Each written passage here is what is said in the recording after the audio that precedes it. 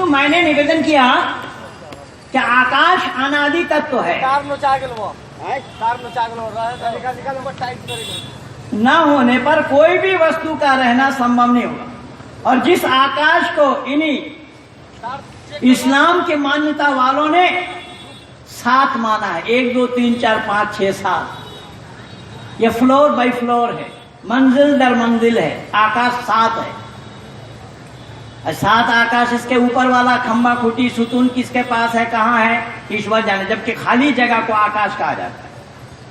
तो मैंने निवेदन किया कि जिनको जो मानना हो वो माने, हम भारतवासियों को आपत्ति नहीं है, लेकिन भारत में रहकर आप भारतीयता को नहीं मानेंगे, उस पर आपत्ति है। कि अरब देश में जो लोग रहते हैं उस अरबियन संस्कृति को छोड़कर वहां पर कोई भारतीय संस्कृति को मनाना चाहेगा तो वो लोग मनाने देंगे क्या बंधु?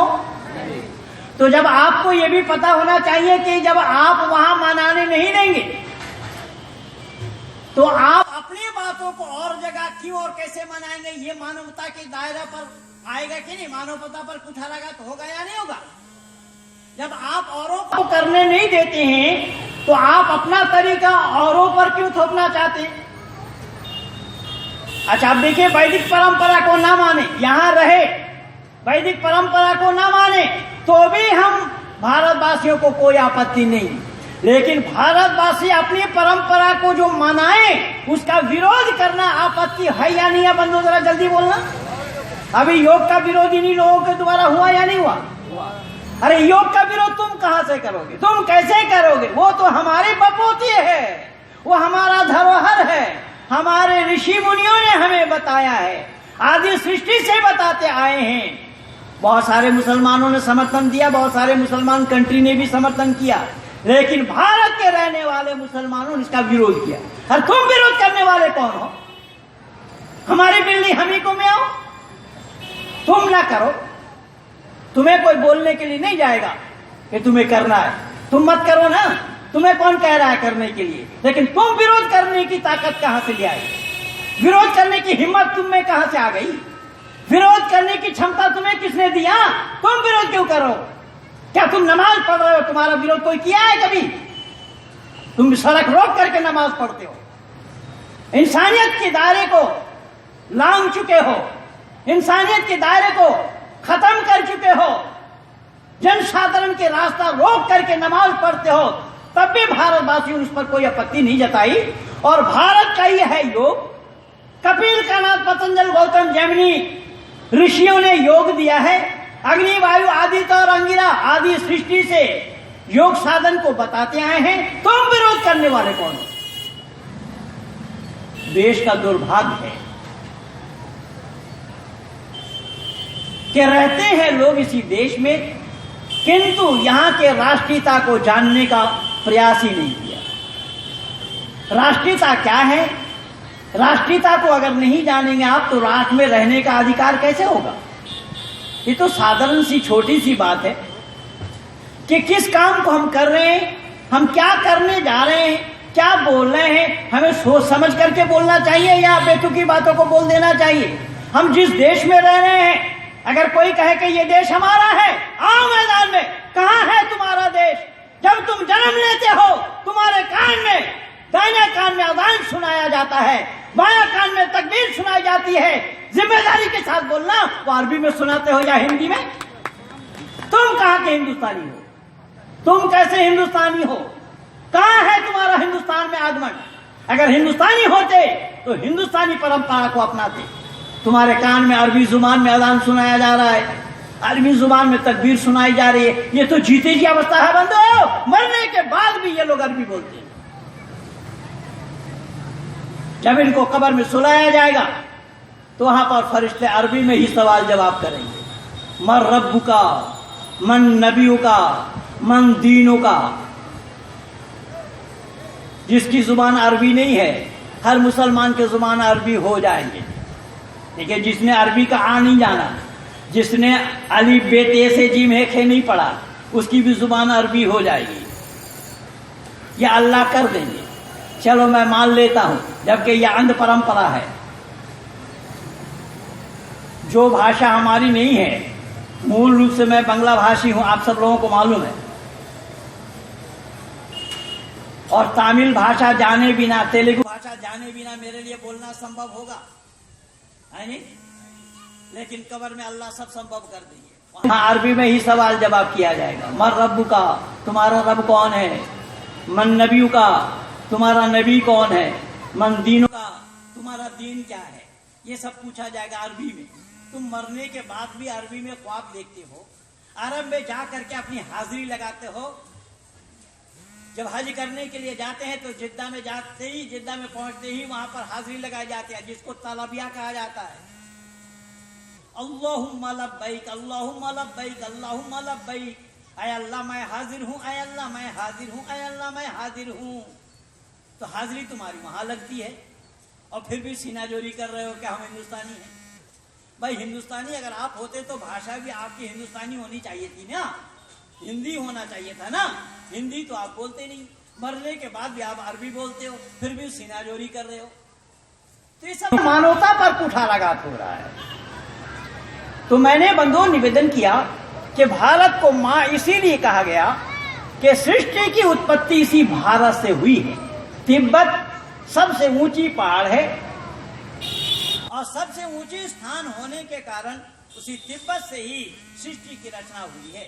अगर आप लोगों को संदेह हो तो सत्यार्थ प्रकाश नामी पुस्तक को पढ़ लेना। सत्यार्थ प्रकाश के 8वां समुल्लास में यह प्रकरण आप लोगों को मिल जाएंगे। सत्यार्थ प्रकाश के 8वां समुल्लास में ऋषिवर देवदयानंद ने भली भांति इन्हीं चीजों को बताने का प्रयास किया।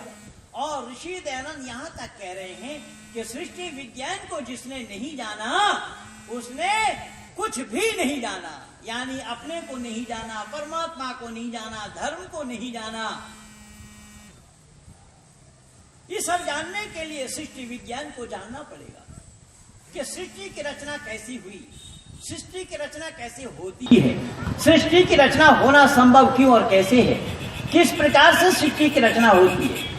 इसलिए बंधुओं याद रखना, कई बार लोग आपस में ही वार्तालाप करते हैं और ये कहते हैं कि भाई मुर्गी पहले है या अंडा पहले।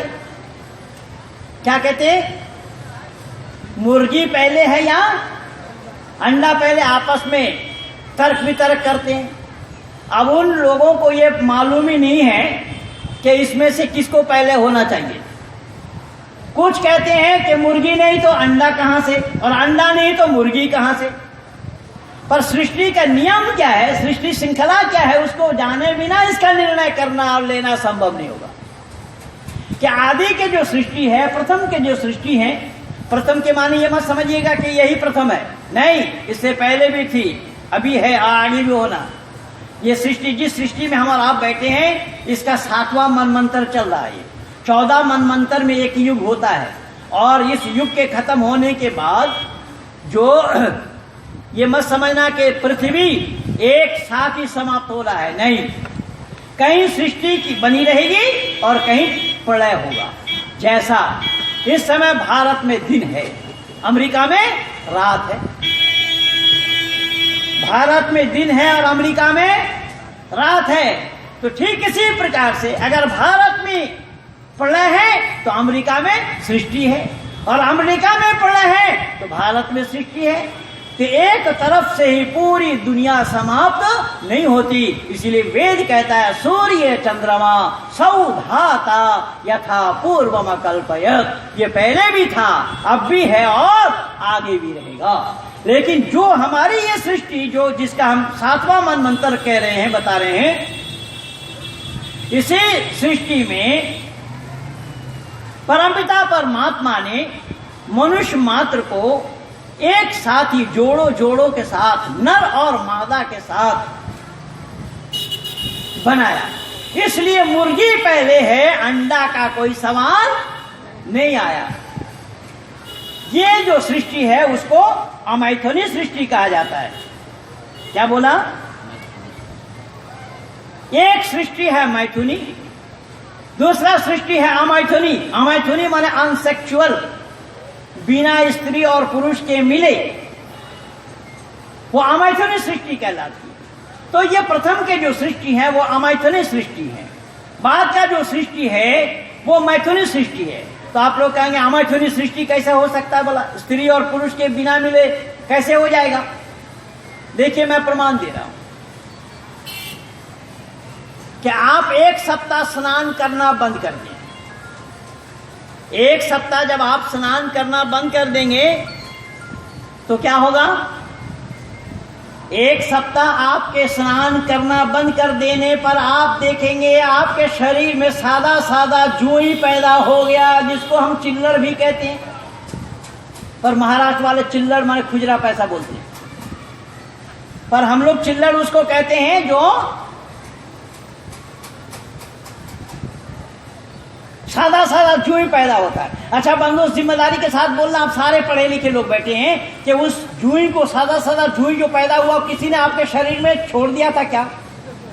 हाँ जी, छोड़ा नहीं। इसका मतलब ये हुआ कि वो अपने आप ही पसीने से पैदा हुआ। किससे पैदा हुआ? पसीने से। मैं बोला ना पहले, पसीने से भी पैदा होता है और गंदगी से भी पैदा होती है। तो मैंने निवेदन किया ये 4 प्रकार की यही सृष्टि है जिसको अंडज पिंडज के नाम से पुकारा है, और इसको जानना पड़ेगा। तो यही कारण बना कि धरती को हम इसीलिए मां कहते हैं।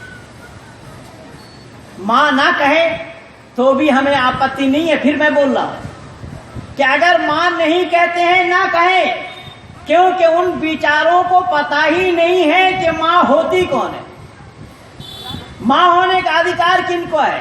क्यों कि वहां पर मां एक रहेगी या अनेक बनेगी ये पता भी नहीं लग पाता उन्हें। वो कैसे जानेंगे?